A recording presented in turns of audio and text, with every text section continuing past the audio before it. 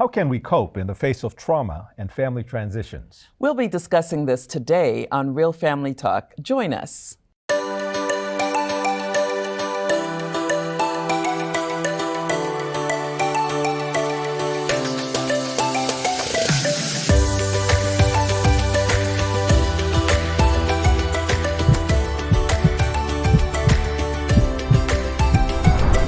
Welcome to Real Family Talk. During today's episode, we're talking with Rick and Marcia McEdward about their personal experiences in managing trauma and family transitions.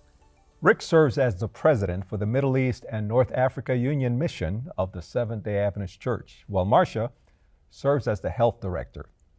The union, to be sure, has existed in various forms and under different titles since the 1920s. Some of the countries within its territory are Egypt, Iran, Iraq, Algeria, Lebanon, and Turkey. Rick and Marcia, thank you both for joining us today. Really great to be with you. Tell us a little bit about yourselves and where you have served. Well, as a family, we've had the privilege of serving in a few different countries. We first went to Sri Lanka, and we were there for about 4 years, and then we moved to the Philippines. And we were there for close to 4 years also. Before that, both Rick and I had experiences in other countries as well. Myself in Pakistan. And I grew up in Saudi Arabia during my teenage years. Wow, you guys have been globetrotting for quite some time. Yeah. Wow, so this seems like this is your ministry calling. Well, we have felt very much called into mission service, and whenever we're working in North America, which is home for us, we always feel like part of our heart is overseas. Very much. That's really amazing. And it sounds like you haven't chosen easy places to be in. It seems like you have chosen territories that are, how do I say this, often in some type of transition. So what we know from speaking with you is that while you've served, you've experienced some pretty severe disasters. Talk to us a little bit about those. Well, we lived in Sri Lanka during probably the most challenging time in the nation's history, which was the tsunami. And we were fortunate to be spared from our family because we were supposed to be on the beach that day. And we had been camping and we were supposed to be there. But the Lord spared our lives. But when you see such vast trauma and tragedy, you have to ask the question, why are we still here? So The only thing we can come up with is we're here to serve and to help others through the crisis that we're in. Tell us what other disasters you've been a part of. I know that you guys, and we'll talk more in another section, but you guys currently live in Lebanon. Is that true? That's right. And Lebanon actually has a couple different issues. One was the refugee crisis that's been going on for several years, plus a very terrible economic crisis that the country is currently struggling through. But in August of 2020, we had the Beirut explosion, which was very impacting in everybody's lives.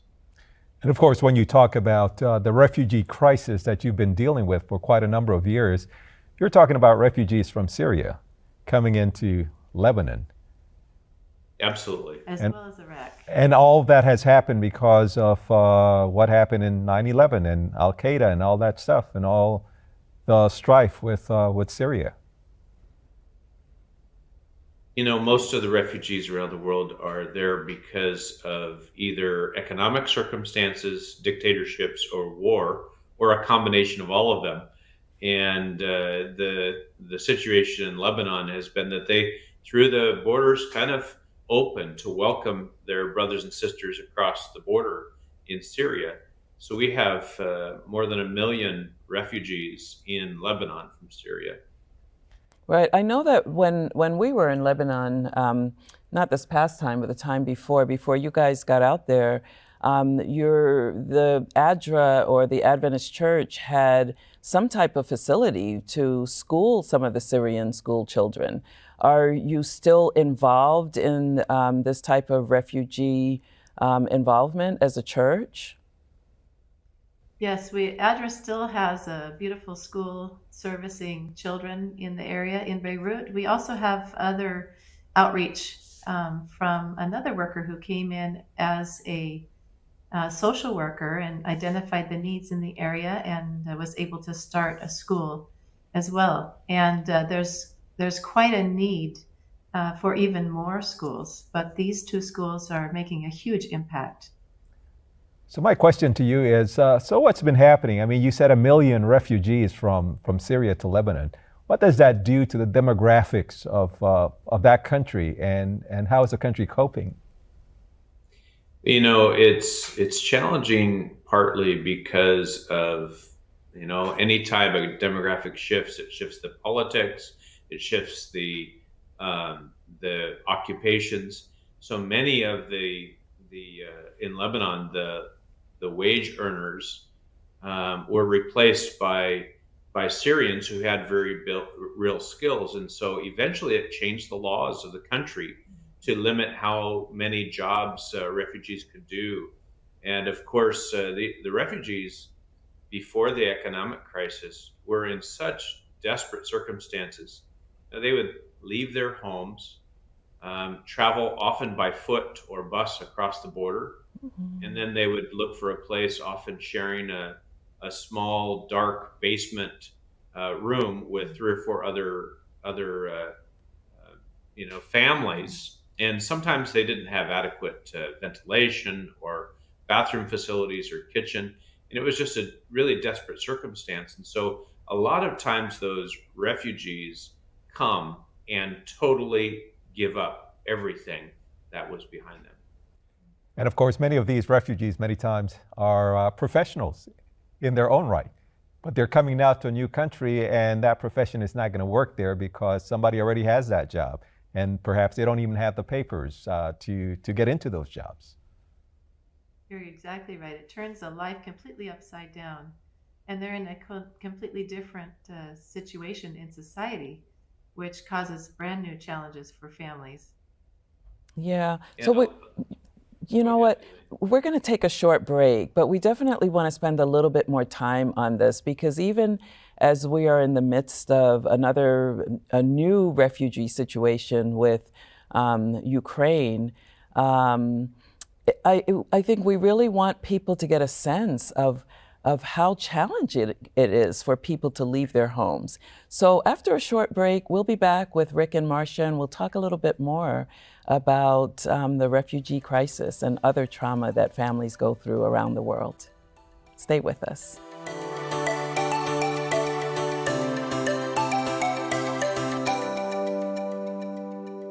On today's edition of Real Family Talk, we're talking with President and Health Director for the Middle East and North Africa Union Mission, Rick and Marcia McEdward, about their personal experiences in coping with trauma and family transitions. Thank you for staying with us. So before the break, Rick and Marcia, you were sharing your experiences about the refugee crisis and how you're helping people who've experienced crises. So what specifically did you and your team do to help families through some of these catastrophes? Probably the biggest catastrophe that was in a moment was the terrible Beirut explosion. Most people historians have called it the third largest urban explosion ever, only after the atomic bombs dropped in Japan during the Second World War.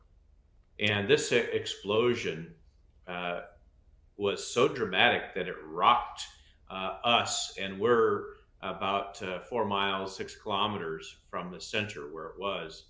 And even on our campus, Middle East University, windows were shattered and doors were broken. And so the families all around the city of Beirut were actually dramatically impacted. In fact, overnight, 300,000 people their homes were damaged, and there was a lot of very severe damage to homes. 70,000 people lost their jobs. Wow. And so as a team, during this time, the Middle East and North Africa Union team, the Middle East University team, the local churches, organized by the local church, they really bonded together and said, how can we help? And so we had teams going throughout the city of Beirut, cleaning the streets. You can see a picture that we shared of cleaning out some of the homes of people who had lost all of their furniture and their windows, their doors to the blast. And people were just not coping. They were sitting there in their homes wondering, how in the world can we cope with what's happened around us? And it was really beautiful because we saw so many of our Christian Adventist church members volunteering their time and showing love and compassion where it was needed the most, whether it was businesses that had been shattered or homes. And pretty soon, we while we were sweeping streets, we had people coming out from their homes saying, "Could you come help us? Could you come to my place? Well, I live on the 6th floor. Do you think you can come and help us? And there's no elevator service. And how can we manage?" And little by little, just showing a little glimpse of God's love in the midst of crisis and the beauty of shining light in the dark world that we live in. You know, it's amazing that when crises come, people are unbalanced and they're just looking for a way to find some balance. And what better way to do so than to have someone come and help them find equilibrium again. I'm hearing you say that your teams were sweeping streets, helping people with their homes. What else did you provide to these refugees in some ways? And these are not necessarily refugees because they're in their own homes, in their own countries, and they've just suffered trauma. But it's a transition from a home that was with windows and now one that's without windows. What else did your team provide for them other than cleaning the streets? Well, a lot of times people ask, what can we do? And it's always, what is the need that I can help with at the moment? And picking up a broom was the most natural thing to do because there was so much glass around the city. But also there was a lot of hurting people, a lot of confused people, people who needed hope.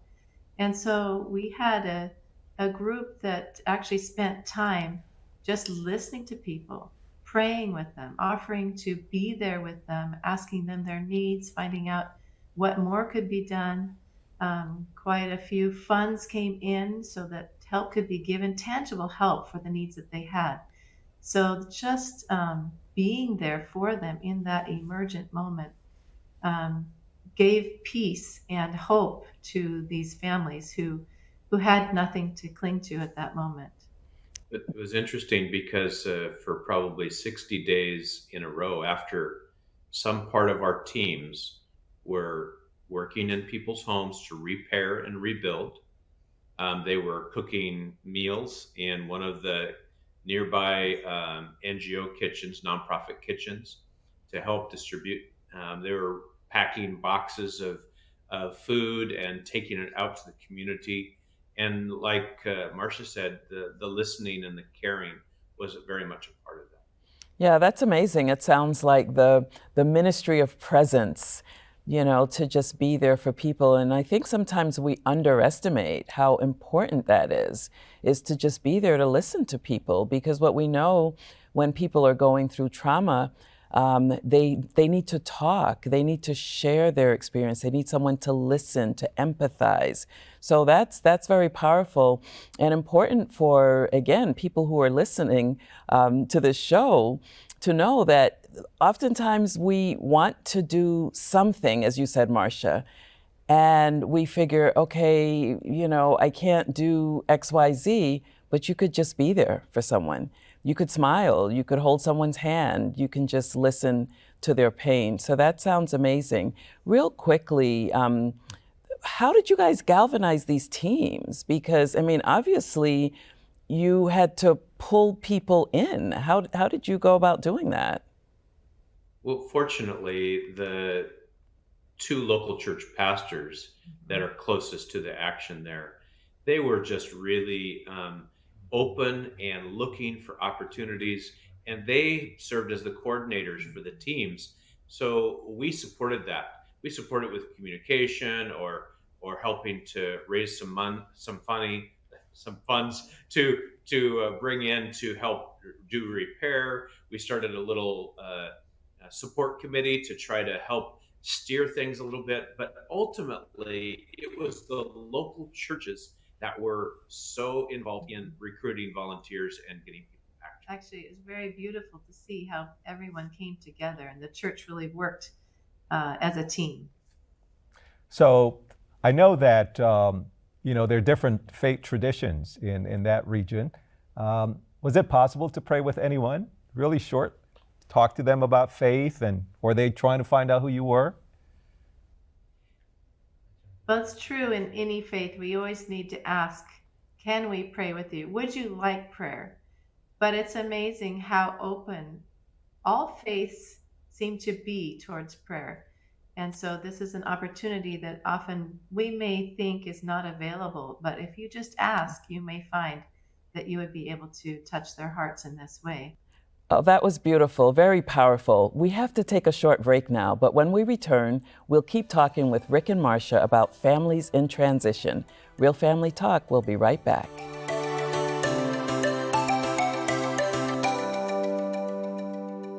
Welcome back. We've been talking with Rick and Marcia McEdward, who are on the front lines of the Middle East and North Africa Union. As we found out earlier, you have made several international moves over the years during different stages of your kids' lives. Please share some things that your family has done that have helped to keep your family close and even drawn you closer during these transitions. I guess we've had a bit of practice, haven't we? Yeah. Moving transitions. One thing that really stands out to me that we had learned before we began these transitions was really learning how to say goodbye in a good way. And this includes what is called building a raft. And I found it to be extremely helpful for us to know what to do to prepare our children, but not only them, but ourselves, to make this transition. And the raft, it means to, first of all, reconcile any differences in the situation where you are, any of the relationships.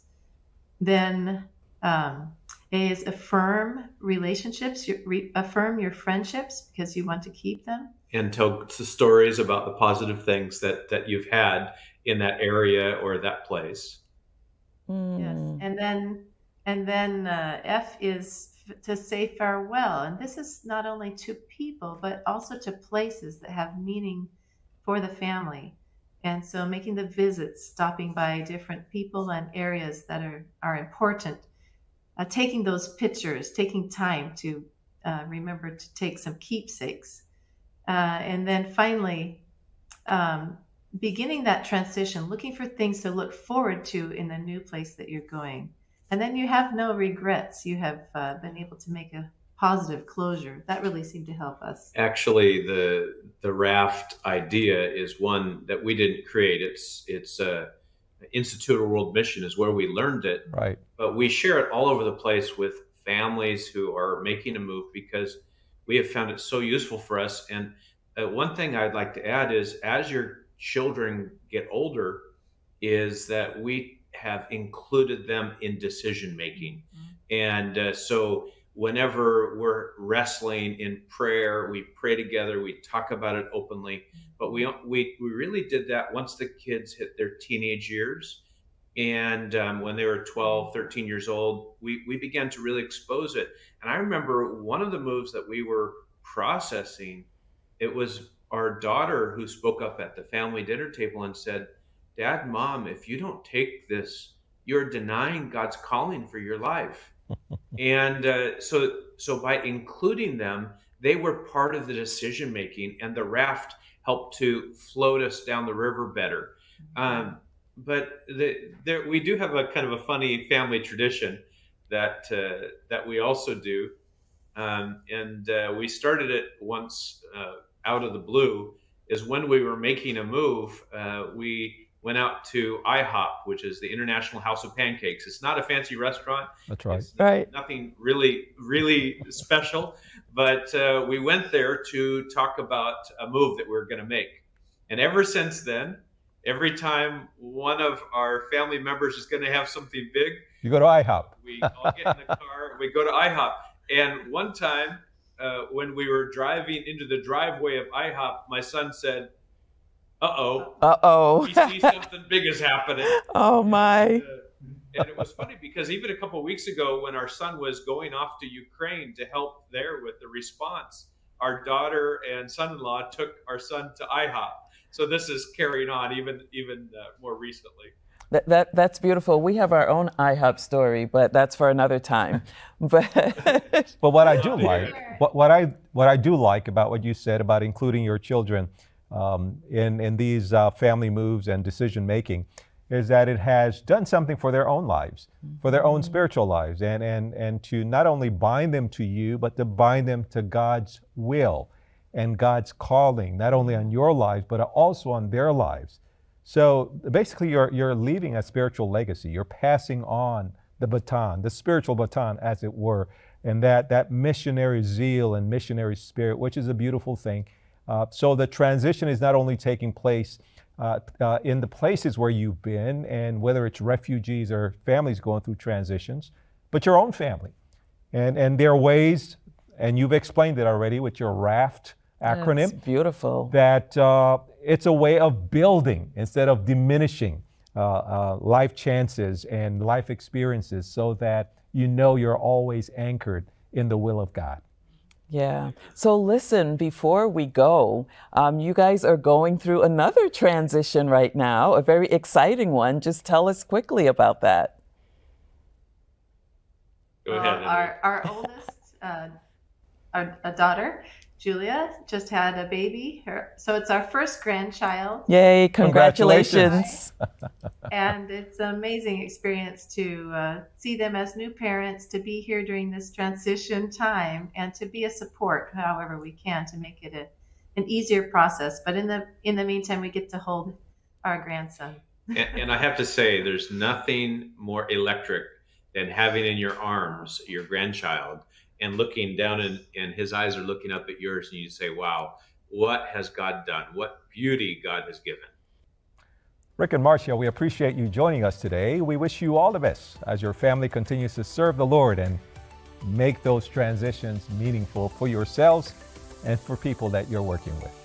Thank you for watching Real Family Talk. Join us again when we'll share more about strengthening families and inspiring hope. See you next time.